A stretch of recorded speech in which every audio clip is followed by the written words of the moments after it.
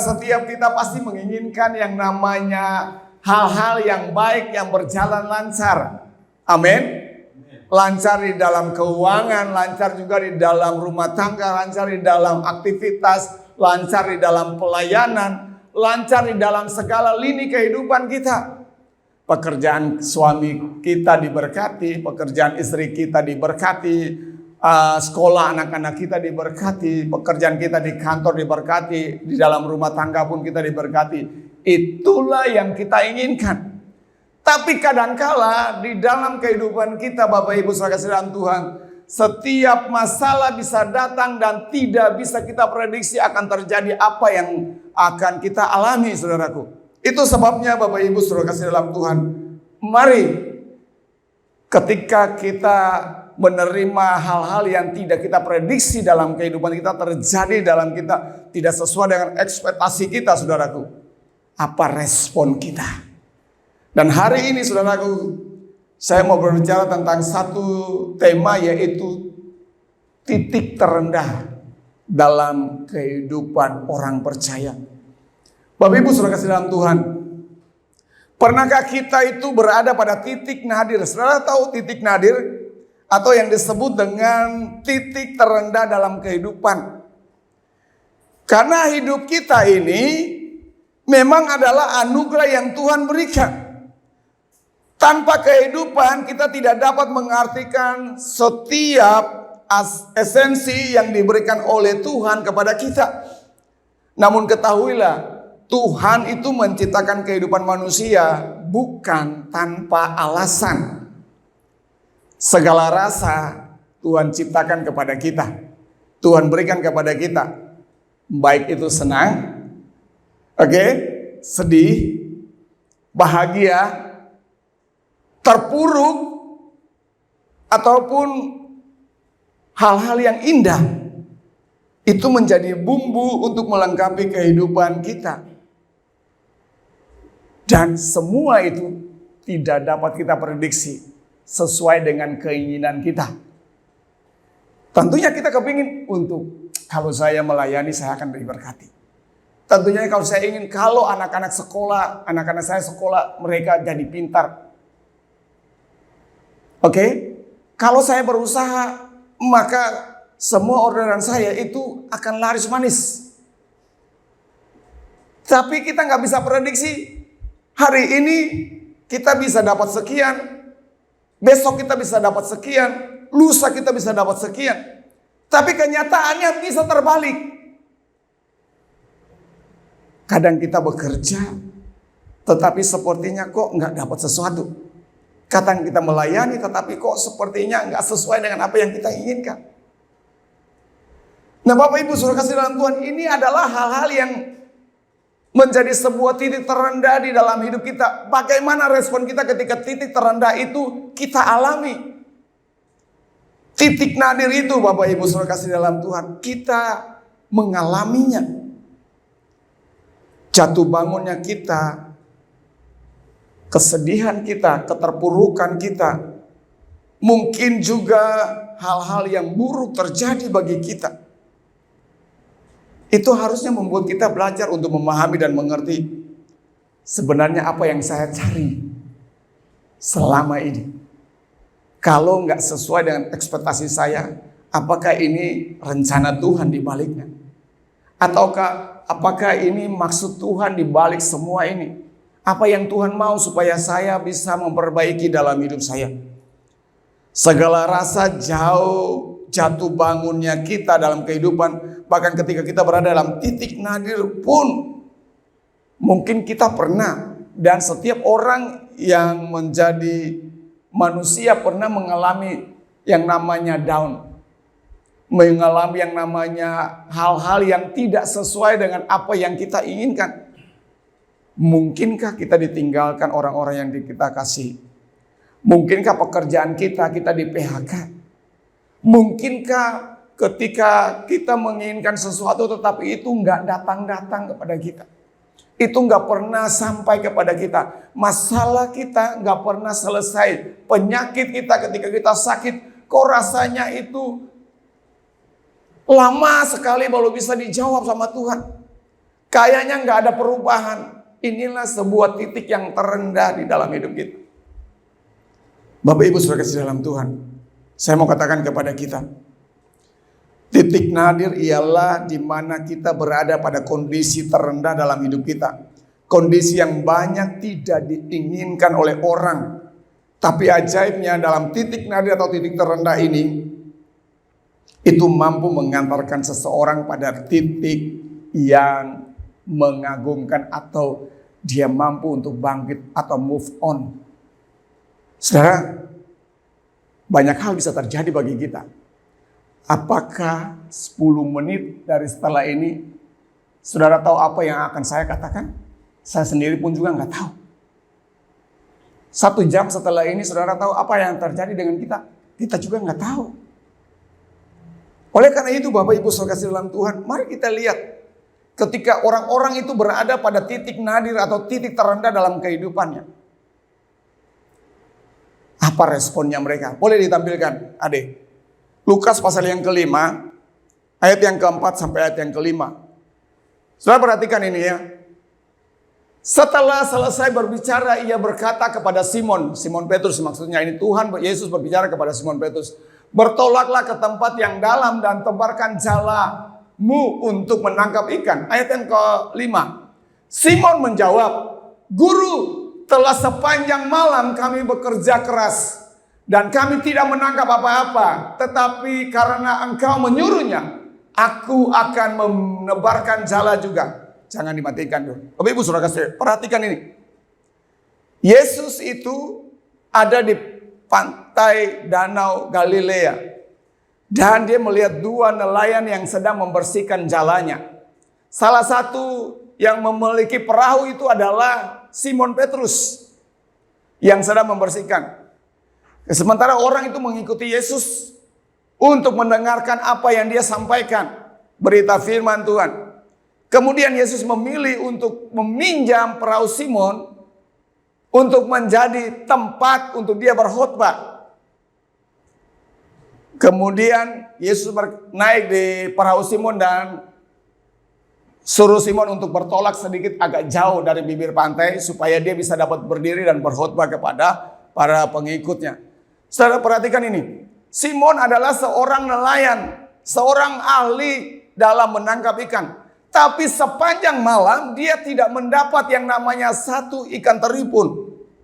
Sepanjang malam seorang ahli ketika dia melakukan segala aktivitasnya dia harusnya membuahkan sebuah hasil. Tapi semua itu menjadi kegagalan bagi Simon Petrus. Sepanjang malam orang menangkap ikan itu memang harus pada waktu malam, bukan pada waktu siang. Nah, untuk seorang Simon yang sering kali melakukan aktivitas pekerjaannya, karena lewat pelayanan dia sebagai seorang nelayan, dia bisa menghidupkan keluarganya. Coba saudara bayangin. Coba bayangin saja. Kita bekerja. Kita berusaha. Setiap hari kita harus mengumpulkan uang misalnya 150 atau 200. Untuk bawa pulang kasih buat istri. Benar ibu-ibu? Kepingin? Untuk ketika suami bekerja kemudian harus bawa pulang 200 atau 150 ribu lah. Paling tidak paling rendah. Untuk apa? Untuk keluarga. Tapi saudaraku, ketika suaminya bekerja kemudian suaminya pulang. Dapat apa? 0. Saudara, ketika suami berkata dapat 0. Kira-kira hati suami seperti apa? Hati istri seperti apa? Saudara bisa bayangin, pasti istrinya akan berkata, dia juga mungkin mengeluh karena suaminya tidak kasih duit. Saudara, ini yang terjadi dengan Petrus. Petrus gak bisa membiayai kehidupan keluarganya pada hari itu kepada keluarganya. Dia gak bawa pulang duit. Dia nggak pulang hasil tangkapannya. Harusnya dia bawa pulang beberapa ekor kemudian kasih buat istri-istrinya jual untuk tetangga-tetangga sebelah sehingga mereka boleh memperoleh uang. Bisa beli beras, bisa beli minyak goreng, bisa beli mungkin kecap, bisa membeli hal-hal yang lain dari hasil kerja keras suaminya. Tapi apa yang terjadi, saudaraku? Nihil pekerjaan daripada Petrus itu nol besar. Bukan nol, bukan berarti dia tidak bekerja. Dia bekerja dengan keras. Simon menjawab, "Guru, telah sepanjang malam kami bekerja apa? Keras." Dia banting tulang, dia bekerja keras. Bapak Ibu saudara kasih dalam Tuhan, kalau suami sudah bekerja keras tetapi hasilnya nol, hasilnya nihil, saudara, apakah Tuhan membiarkan orang-orang yang bekerja keras, yang setia melakukan tanggung jawabnya, biarkan begitu saja? Apakah Tuhan tidak peduli? Ketika Petrus ada di dalam titik terendahnya dia, mungkin dia kecewa. Mungkin dia juga nggak ngomong sama istrinya. Tapi tahukah saudaraku, ketika seorang suami bekerja kemudian dia tidak mau membawa pulang apa yang menjadi bagian yang harus dia terima hari itu, perasaannya dia hancur, saudara. Mungkin dia belum sempat ngomong sama istri, tapi tanggung jawab dia sebagai seorang kepala keluarga itu membuat dia tertekan. Saya tahu Petrus tertekan. Kenapa? Itu pun juga saya rasain. Itu pun juga sebagai seorang manusia kita pernah mengalami hal itu. Titik terendah dalam hidup itu. Ketika kita tidak bawa pulang sesuatu apapun, itu tertekan banget. Apalagi kita sampaikan kepada istri kita bahwa gak ada hasil. Memperberat tekanan yang ada di dalam hati istri. Kalau istri aja merasa berat, apalagi suaminya. Ini yang dialami oleh Petrus. Bapak Ibu saudara kasih dalam Tuhan. Dan kami tidak menangkap apa-apa. Petrus berkata kepada Tuhan Yesus, "Dan sepanjang malam saya bekerja keras dan saya tidak menangkap apa-apa. Satu ikan teri pun gak dapat." Saudara bisa bayangin betapa putus asanya Petrus karena pekerjaan sepanjang malam gak ada hasilnya.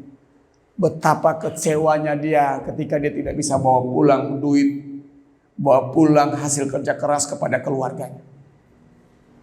Saudara, sampai di titik ini, respon kita apa? Masihkah kita mau menuruti apa kata firman? Ataukah kita menyalahkan Tuhan? Ataukah justru kita tidak lagi pegang firman Tuhan dengan kuat? Kita tidak memikirkan yang namanya pikiran yang positif. Untuk apa? Tuhan pasti akan membuka jalan. Kita sudah gak berpikir tentang itu. Yang kita pikir adalah bagaimana kebutuhan hari ini.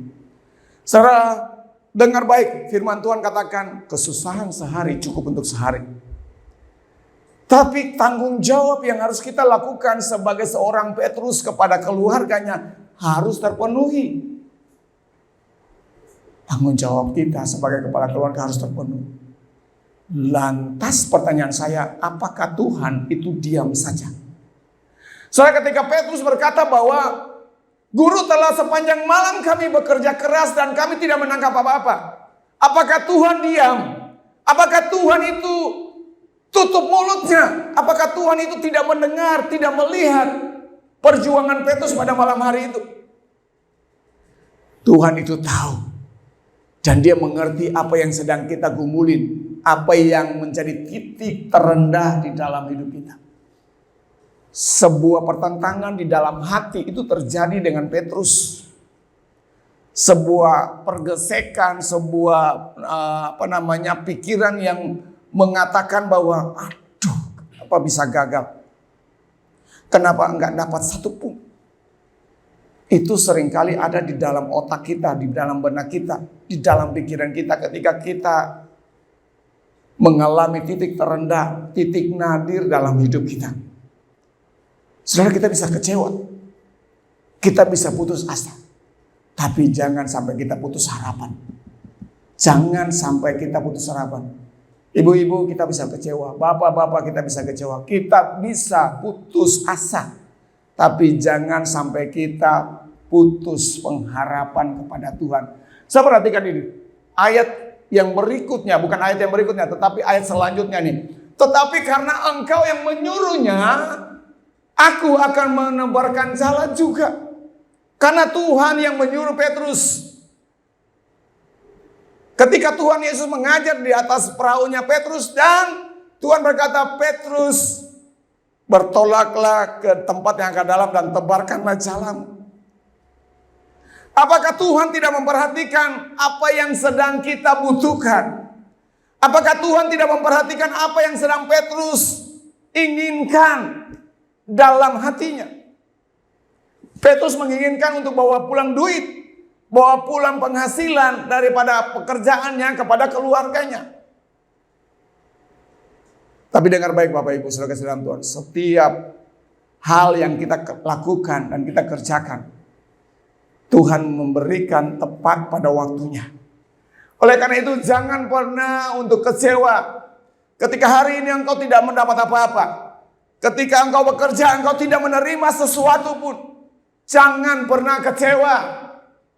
Jangan pernah kecewa. Ini berlaku juga untuk saya. Jangan pernah kecewa. Ketika jemaat mungkin gak banyak, jangan pernah kecewa. Ketika yang datang sedikit, jangan pernah kecewa. Lakukan terus. Karena bagian Tuhan adalah Dia akan memberkati setiap kita. Percaya deh. Kalau Petrus dalam titik terendahnya dia, Tuhan langsung jawab. Apalagi saudara dan saya.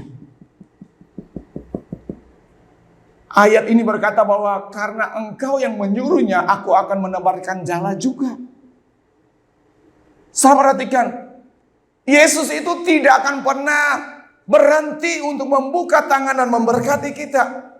Tuhanmu yang engkau percaya, Tuhan Yesus yang engkau percaya, Dia tidak pernah berhenti untuk memberkati kita, menyiapkan segala sesuatu bagi kita.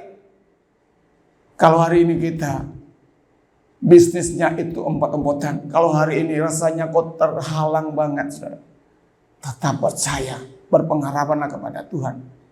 Di dalam pengharapan Petrus, mungkin Petrus berkata, wah, guru ini cuma ngomong doang. Mungkin saja di dalam hatinya menangkap ikan itu seharusnya pada waktu malam, bukan pada waktu siang. Mungkin dalam hati Petrus berkata gitu. Tetapi karena engkau yang menyuruhnya, aku akan menebarkan jala juga. Alhasilnya saudaraku, perhatikan. Coba ditampilkan di dalam ayat yang ke-6 dan seterusnya. Saya perhatikan. Dan setelah mereka melakukannya, mereka menangkap sejumlah besar ikan sehingga jala mereka mulai koyak. Saudara, apa yang kita inginkan, apa yang kita rindukan ketika kita melayani, kemudian kita harus mendapat berkat.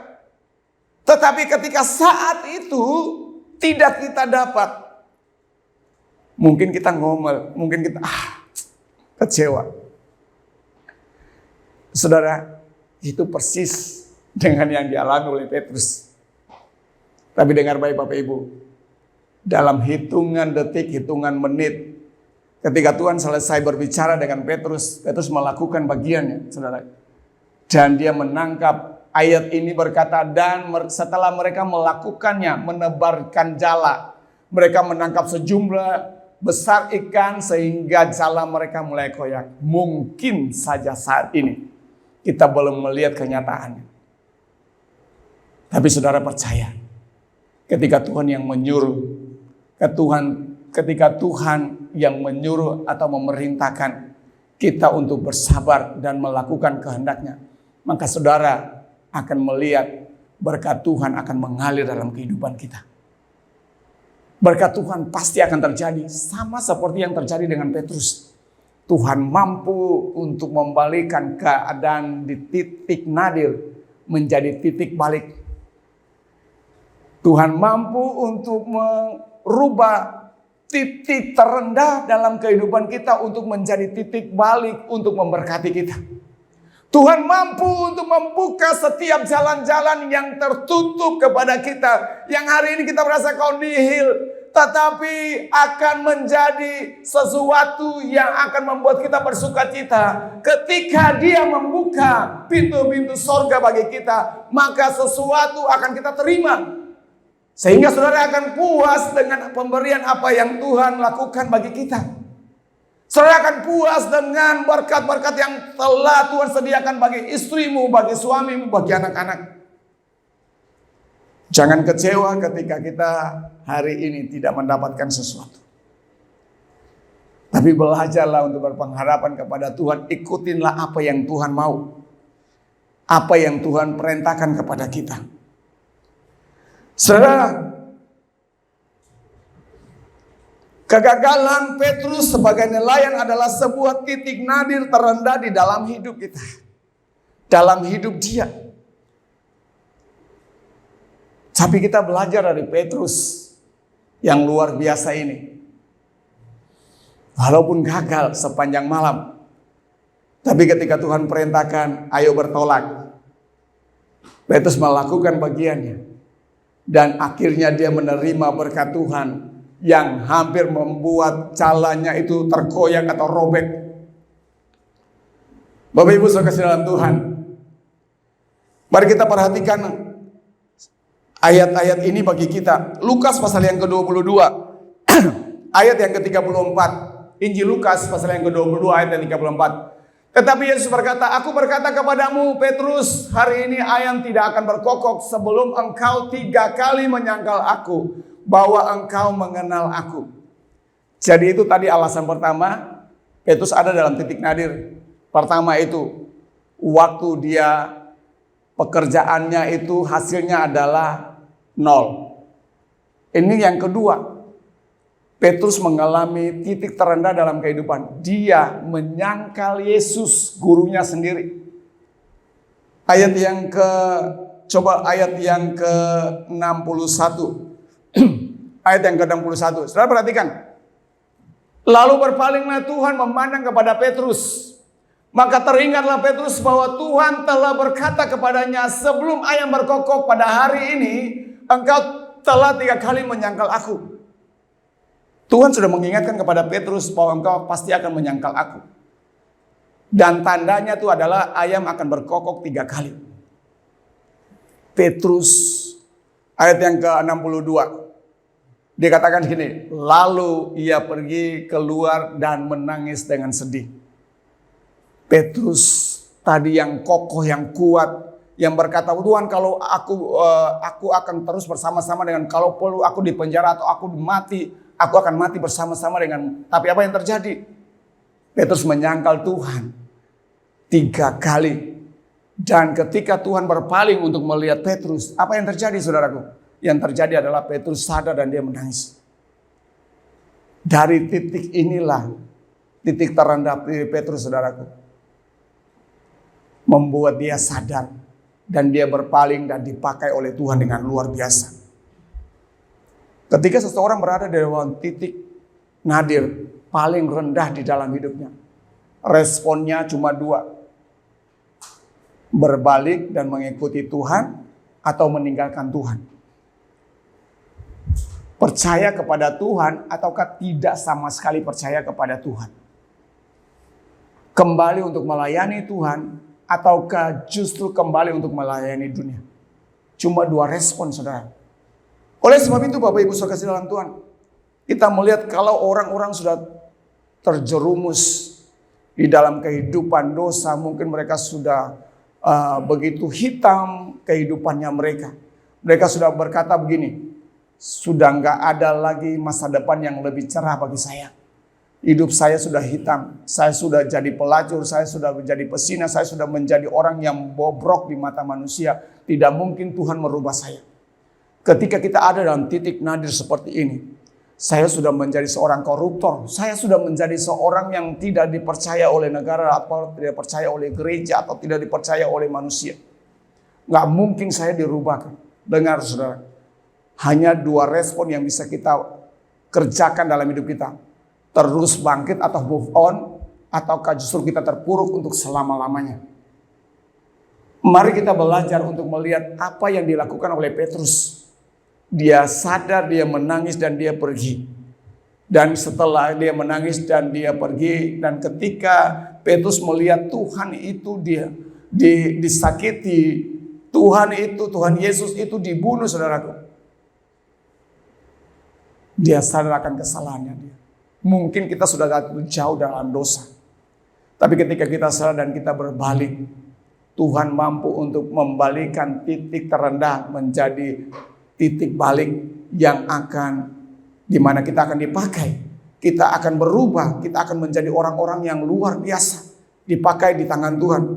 Saudara, kalau saudara baca di dalam Alkitab, ada banyak orang yang memiliki titik nadir atau titik terendah dalam hidup dia. Bisa dia bangkit, bisa dia kembali lagi, move on untuk dipakai oleh Tuhan. Tapi ada juga orang-orang yang menjadi pengikut Tuhan, yang ketika dia ada di titik terendah, justru dia tidak kembali kepada Tuhan. Contohnya siapa? Yudas. Yudas adalah seorang murid Yesus. Dia menjual Yesus dengan 30 keping perak. Tapi apa yang terjadi, saudaraku? Ketika dia melihat Yesus disiksa, Yesus dibunuh, saudaraku, dia bukan bertobat, tetapi dia kembali menggantung diri dan membuang uang yang dia dapat dari hasil jual Yesus dengan ciuman. Apa yang terjadi, saudaraku? Dia menggantung diri. Dan Alkitab mencatat bahwa ketika dia gantung diri, talinya putus dan perutnya terbelah semua. Dua orang perbedaan antara Petrus dan Simon, sama-sama murid Yesus. Tapi titik baliknya mereka itu tergantung dari respon tiap-tiap pribadi. Petrus mengalami titik balik untuk dia dipakai oleh Tuhan. Tetapi Yudas tidak mengalami titik balik. Responnya dia tidak kembali untuk mengalami perubahan daripada Tuhan. Responnya dia salah terhadap apa yang telah dia putuskan dalam hidupnya. Saudara, kalau saudara perhatikan bagaimana Daud mengalami titik balik ketika dia jatuh dengan Batseba. Yusuf mengalami titik balik ketika dia berkata bahwa kamu, keluarganya, saudara-saudaranya, kamu merancangkan hal-hal yang jahat kepadaku, tetapi Tuhan merancangkan hal-hal yang luar biasa untuk menyelamatkan bangsa ini dan juga keluarga kami. Itu Yusuf. Kemudian apa? Sadrak, Mesak, Abednego, mereka mengalami titik terendah dalam hidup, di mana dibakar di dalam perapian yang menyala-nyala. Kemudian siapa lagi? Daniel dibuang dalam gua singa, mengalami titik terendah dalam hidupnya, tetapi Tuhan menyelamatkan dia. Siapa lagi? Yeremia, dia melayani Tuhan, tetapi hanya satu jiwa yang percaya kepada Tuhan, yaitu siapa? Ajudannya Yeremia. Siapa lagi? Abraham mengalami titik terendah di dalam hidupnya, yaitu dia menunggu belum punya anak.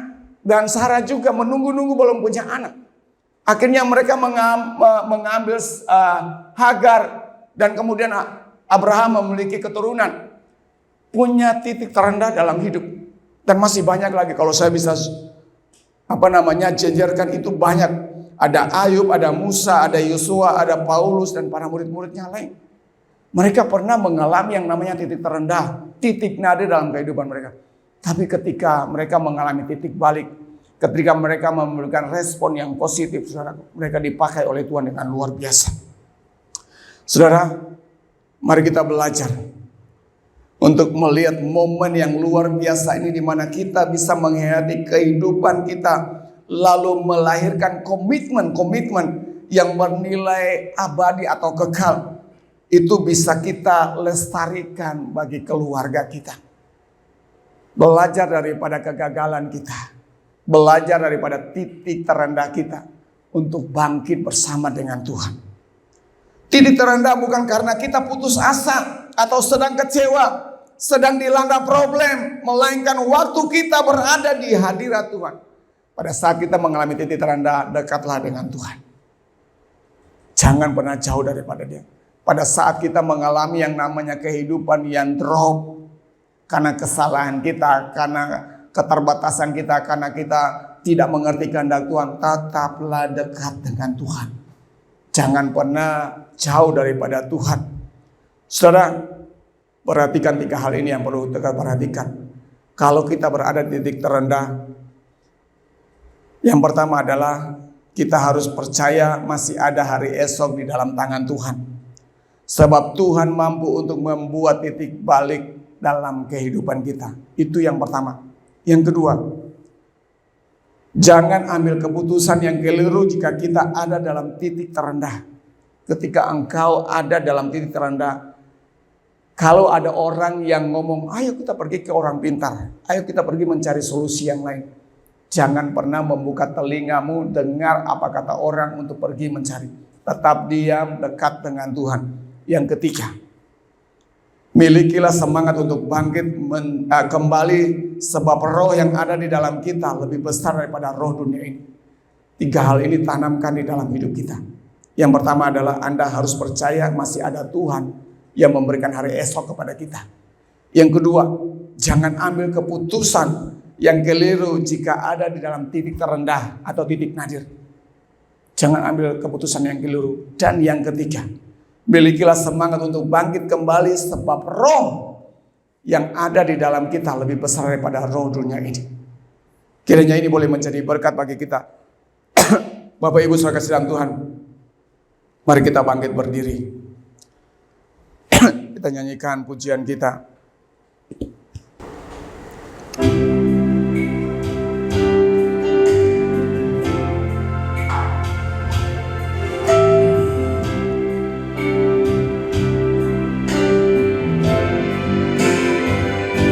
Sebentar, Pak. Haleluya. Tuhan Yesus, hamba bersyukur kepadamu. Hari ini kami mau menyerahkan seluruh hidup kami di dalam tangan Tuhan. Kiranya Engkau merubah seluruh hidup kami. Jadikan kami orang-orang yang kuat dan tegar, yang selalu senantiasa menerima kekuatan daripada Tuhan untuk berbalik dan menerima anugerah-Mu Tuhan. Terima kasih sampaikan dan biarlah tuntun setiap kami untuk mengalami kekuatan saat kami ada di dalam hadirat Tuhan. Mari bersama-sama katakan, ku naikkan syukur padamu Yesus.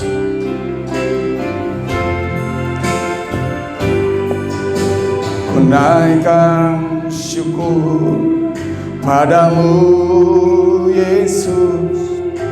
Ku sembah sujud kepadamu Tuhan. Di hadapan tahta kemuliaan-Mu, ku tinggikan, ku agungkan selamanya. Sekali lagi katakan, ku naikkan syukur. Ku naikkan syukur padamu Yesus. Ku sembah sujud kepadamu Tuhan. Di hadapan tahta kemuliaan-Mu, ku tinggikan, ku agungkan selamanya. Segala puji syukur bagimu, ku tinggikan nama-Mu selalu.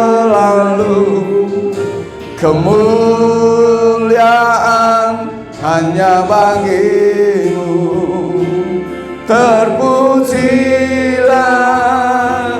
nama-Mu. Segala puji syukur bagi-Mu, ku tinggikan nama-Mu selalu. Kemuliaan hanya bagi-Mu, terpujilah nama-Mu.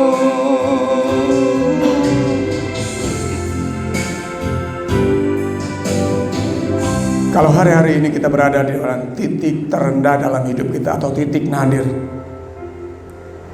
saudara, mungkin kita tidak mampu untuk menyiapkan yang terbaik bagi keluarga kita. Mungkin kita tidak mampu untuk menyiapkan yang terbaik bagi anak-anak kita. Mungkin kita terbatas. Mungkin saudara juga mengeluh di dalam hati, Tuhan, saya kepala keluarga tapi saya tidak bisa menghidupi anak-anak saya, keluarga saya. Tuhan, saya kepala keluarga tetapi saya tidak bisa membiayai, menafkahi keluarga kami. Tuhan, Engkau tahu ekonomi kami. Tuhan, Engkau tahu perjuangan hamba-Mu. Tuhan, Engkau tahu setiap tetesan air mata. Dengar baik Bapak Ibu Saudara sekalian Tuhan. Pada saat kita berada di titik rendah, titik terendah di dalam kehidupan kita, jangan pernah mencari jalan yang lain. Jangan pernah mencari solusi yang lain. Jangan pernah mencari jalan keluar yang lain. Tetap berada di tempatmu dan teruslah dekat dengan Tuhan. Karena disitulah Tuhanlah yang sanggup untuk membuat titik balik, sehingga segala yang engkau kerjakan, segala yang apa yang telah engkau rasakan selama ini akan Tuhan lakukan untuk kemuliaan-Nya. Sebagaimana Tuhan membantu Petrus, menolong dia, menjawab semua kebutuhannya dia pada saat dia mengalami zero di dalam kehidupan. Pada saat dia mengalami titik terendah dalam hidup dia dengan menyangkal Yesus, Tuhan hanya berpaling dan melihat Petrus. Dengan penglihatan itu membuat Petrus sadar dan kembali untuk melayani Tuhan, dan kembali mau dipakai oleh Tuhan. Saudara, semakin kita dekat dengan Tuhan, semakin kita menyerahkan seluruh rencana kita, kekecewaan kita, keterbatasan kita, semakin kita menyadari bahwa ketidakmampuan dalam hidup kita dan kita serahkan kepada Tuhan, kita berbalik dan dekat dengan Tuhan, maka dalam hitungan detik Tuhan mampu untuk merubah. Sebagaimana Tuhan mampu untuk merubah jala yang kosong dan mengisinya dengan berkat-berkat ikan yang besar, demikian Tuhan mampu untuk merubah ekonomi yang porak-poranda. Tuhan mampu untuk memulihkan, dan Tuhan mampu untuk menyediakan yang terbaik bagi. Dibutuhkan respon yang terbaik daripada kita. Oleh karena itu, jangan pernah jauh, dengar firman dan lakukanlah itu. Inilah yang menjadi berkat bagi kita. Syukur bagimu, ku tinggikan namamu selalu. Kemuliaan hanya bagimu. Terpujilah namamu, terpujilah namamu, terpujilah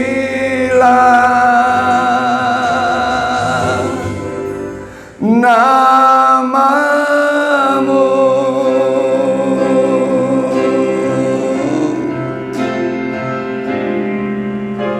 Bapak, terima kasih hamba telah sampaikan isi hati.